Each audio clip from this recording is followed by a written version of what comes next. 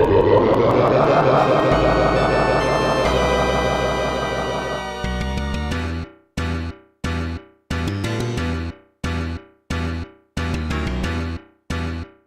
years ago I decided to collect Famicom games instead of NES games. And then I also started buying Super Famicom games instead of Super NES games. I went Japanese in general, which I have not regretted because there are a lot of good, great even, Japanese-only games out there. Years ago, back before I went to Japan the first time, I made a video about 10 NES games, however, that were not released in Japan. Now, today, it's time to look at 10 Super Nintendo games that were never released in Japan, to my eternal chagrin, or eternal at least until someone makes a reproduction bootleg cart of them. Please.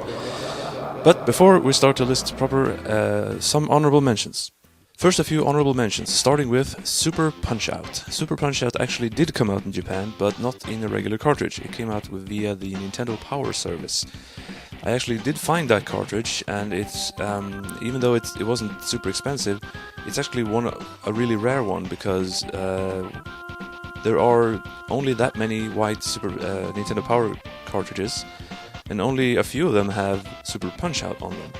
In my game hunting, I've come across maybe, on top of the one I bought, I came across maybe 2 or 3 more. So still, yeah, technically, that's not why it's not among the 10, but I do have it. But why wasn't it released in a regular cartridge? The Famicom got a release, and it even got a golden one for some kind of price thing, and Super Punch-Out is just as good. That baffles me. Next, honorable mention goes to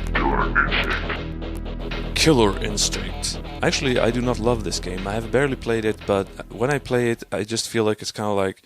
It feels a lot like Mortal Kombat, except with pre-rendered graphics that are not that appealing to me.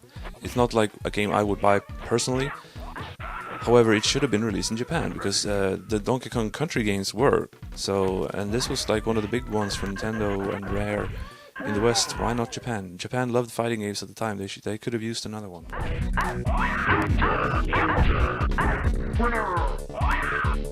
Next is sort of a special case. I would like to buy RoboCop vs. Terminator if I could. Or maybe not, but I'm still bringing it up here as an honorable mention. Because this game is actually... looking at it, it's very appealing. It has great graphics with lighting effects and stuff. It has a interesting concept, RoboCop versus Terminator. It has okay gameplay, not really that great, and it's actually better on Mega Drive. And the Mega Drive version did come out in Japan, and that version has blood. It's more fun to play in general, but why not this one?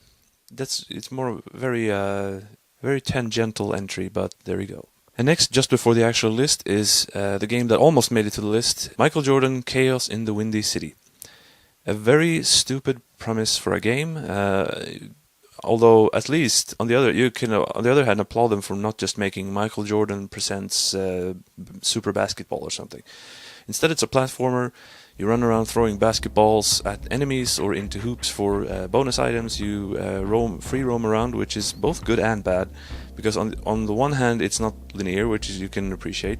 It's also bad because you don't know where to go, and it's sort of a little puzzle heavy kind of, and Michael Jordan is a big target, so it has its ups and its downs. But for a game of this kind, the sports license, it's really a lot better than it has any right to be. Now for the actual list. Here's first a game that I thought I was going to leave off the list and put in honorable mentions, but as I tried playing it again, I decided no, it actually does belong on the list. Zombies Ate My Neighbors, or just Zombies in Europe. For some reason this did not come out in Japan, although the sequel, or semi-sequel, Ghoul Patrol, actually did get a release. Although I hear it's an inferior game. I actually haven't tried that one at all. Zombies Ate My Neighbors, I feel, personally, is slightly overrated. I think it's just walking around and shooting some... The zombies respawn a bit too much. You die a little too easy. I don't like having ammo that runs out. I just don't think the game is that great, but it is still good enough for me to want to buy. And I like the aesthetic, the humor, and some of the music. So... yeah, why was this not released? Number 9 is Spawn. I have a game called X-Men on Super Famicom, which was released everywhere. This kind of reminds me of that, a beat 'em up with a comic book base. Although this one actually might be a little better. I feel you have more moves, the graphics are just as good, only dark, and enemies die a little easier, which makes it feel slightly less monotonous. On the other hand, I don't know if you climb walls and stuff in Spawn, but yeah, this one seems... I mean, yeah, it was based on a Western comic, but I don't know, I guess that was a lot more important than we give it credit for nowadays. That stuff that was made in Japan, they didn't really want to bring it over to the West. When it's based from something in the West, they don't really want to bring it over to Japan because people have no frame of reference, they don't know what that is. But a good game is a good game, so Spawn should have been released on Super Famicom. Number 8, Zero the Kamikaze Squirrel. Again, kind of a stupid mascot thing, and it's actually a spin-off from Aero the Acrobat. Acrobat. Sunsoft of America's kind of poor idea for a mascot platformer. This is a good game. You have a bunch of moves, you can run really fast, you throw shurikens, the level design seems like it's kind of well thought out actually. And other generic mascot platformers were released in Japan, such as Mr. Nuts. But I think this game is probably a little better than Mr. Nuts, actually. Although, you know, it's the Kamikaze Squirrel, he has like a Japanese imperial bandana or whatever. Maybe it's one of these don't mention the war type situations, only for Japan. I don't know, but we never got it. Well, they never got it, and I can't buy it and play on my regular Super Famicom. So, next up, Super Turrican 2. Super Turrican, while rare, was released in Japan. However, Super Turrican 2 was not. It was sort of late in the SNES lifespan in 1995, but still, this game is good. Yeah, it's just one of those kind of no-brainers. But the little interesting wrinkle to this is that this is Super Turrican 2. The first Turrican was made by a guy named Manfred Trenz, who also then made Turrican, you know, Super Turrican. I don't know if he was like technically involved in all of those games, but he's the creator of the franchise.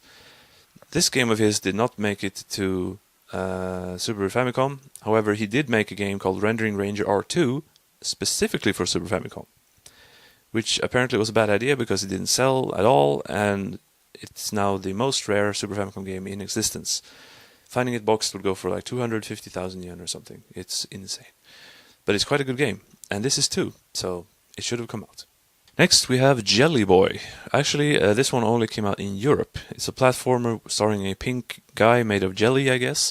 And apparently he or she is pregnant because he attacks with the fetus shooting a fist out of his stomach trying to escape or something. It's kind of gross if you think about it too long, but maybe this was not released because there's already a game in Japan called Jerry Boy, and the Jerry, it's with R's, I think, because the Japanese people want to think of jelly, because he's also made of jelly. So having a Jerry Boy and a Jelly Boy in the same country that already has problems distinguishing between R and L might be a problem. Maybe that's the reason. But they could just have given it some kind of Japanese title, so who knows really. But actually this was made by, or published by at least, Electronic Arts. You know, back when they were not as money-grubbing as they are now. But this is not a anti-Electronic Arts video, that's not the point. Anyway, this game seems good enough. Yeah, I always like a platformer. I try to buy all of them that I can. So this game I would buy if I could. Next, Adventures of Batman and Robin. This one actually also might be slightly better on the Genesis or Mega Drive, because holy shit do those effects look awesome. But the Super Nintendo game is a quite good one as well. It has good graphics, it has the beat 'em up feel of a beat 'em up, but you also have a bunch of Batman tools, including infrared vision or Virtual Boy mode as I call it.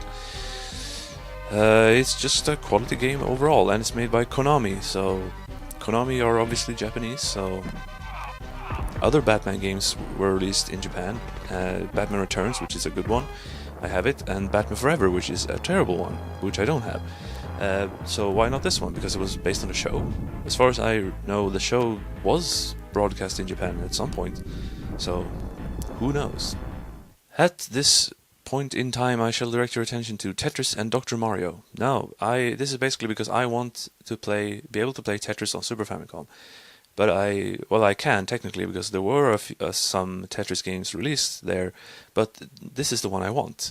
On Famicom, the Famicom Tetris is not good. This is really good, but it doesn't come out in Japan. Why? Plus, it combines with fucking Dr. Mario, which is another great puzzle game.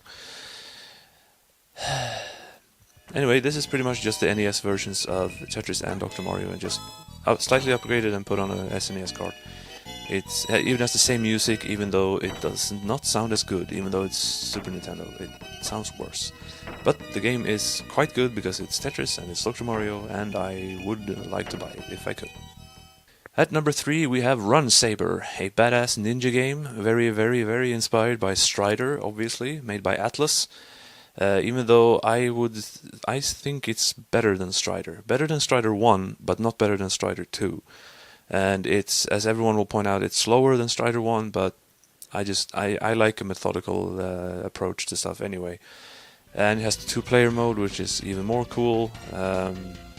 It's just one of those, like, this is one of... no, the top 3 are the games I want the most to have come out on Super Famicom. And it's Atlas. It's a Japanese style game, so to speak. It's made by a Japanese company. Why it wasn't released in Japan, I don't know, but it's a shame. Number 2, another really fun one, Sunset Riders. It's kind of like a mix of Turtles in Time and a shooting game with cowboys. It's really hard, especially because you're quite a big target as a big-ass cowboy, but it's really fun. And it has 2 players and 4 different characters you can choose from, great graphics, fun music, fun humor. It's just fun in general, and made by Konami. Why the hell not release it in Japan? And at number 1 we have Metal Warriors from LucasArts and published by Konami.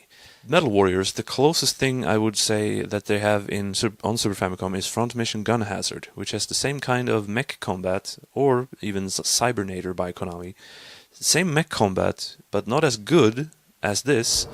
And Front Mission is also an RPG, which is, if you don't want the RPG parts, this is the game for you. It has some amazing intro cutscene graphics. You have your big-ass mech with like a guard and a chute and a jet thing, and you can get out of it and walk around, and it's just really impressive in general. And one cool thing is you don't have a life bar. Instead, you can see how your mech not degrades, but not degenerates either, but you can see that it deteriorates as you take damage, and then it finally explodes, and then you have to run around on foot until you die, and then you die, you're dead. But it's just a really good game in general, one of those, again, because Japan loves mech games, and the intro looks something out of a Japanese anime, kind of. I don't know, no idea what they were thinking. However, this story does have a happy ending, because I do have the game on a Super Famicom cartridge. Or maybe it is a it's kind of both, because I think this one is made to be region-free or something, by gaming enthusiasts, maybe we should call them, in South Korea. I bought this on eBay, if I'm not mistaken. So, I have Metal Warriors to play. So this story is happy end. But the other games, I don't have them. I've been looking around eBay hoping to find pirate cartridges that I could buy. But some of them do exist, a few of them do exist, but I'm never sure if they're programmed to be as a PAL game, and then as such they can't be played, or if they just say that, it just says that on the cartridge, but then they're actually region free, I don't know. But these were the games that I would like to buy if I could, that were not released on Super Famicom, just only in the West. Only in the West. Ba-da-ba-ba-bum-bum.